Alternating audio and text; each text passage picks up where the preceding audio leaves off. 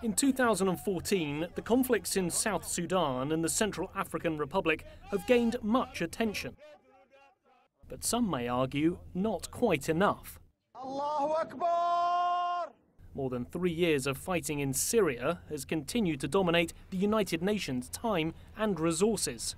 And with fighting raging between Israel and Hamas in Gaza, militant advances in Iraq, and heightened tensions in the standoff between Russia and Ukraine, the UN has had a busy schedule.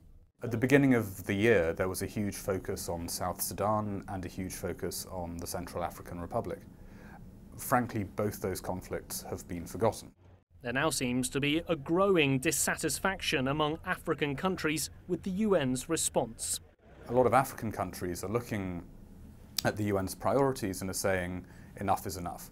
We, the African bloc, the African Union, should be leading the crisis response in South Sudan and in other cases because, very frankly, outside powers don't care enough about the continent. The UN Security Council, though, has recently approved sending peacekeepers for the first time to CAR. They're due to arrive in September. In South Sudan, it has significantly reinforced its peacekeeping mission and is entertaining the idea of sanctions against militia leaders. And it's not just about keeping the peace.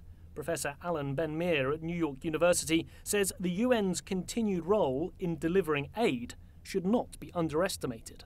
I'm hopeful only in the area where they can continue to provide humanitarian help, because the truth is the United Nations remains the only agency today, international agency, that can do so.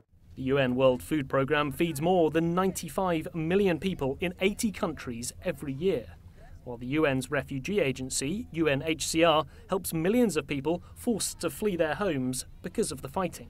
But the UN appreciates that countries can get forgotten and go without full funding, especially when Middle East conflicts dominate the headlines. We've seen an increase, and I think the Deputy Secretary General was very eloquent on that fact, on the increase of suffering we're seeing in people. One of the big challenges that I've outlined is the lack of funding for a lot of these appeals, some of the, quote-unquote forgotten appeals. Central African Republic, South Sudan, Somalia.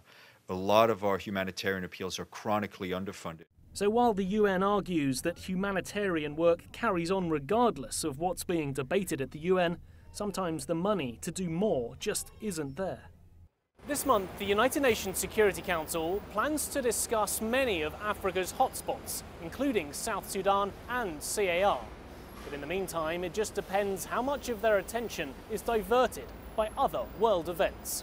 Nick Harper, CCTV, New York.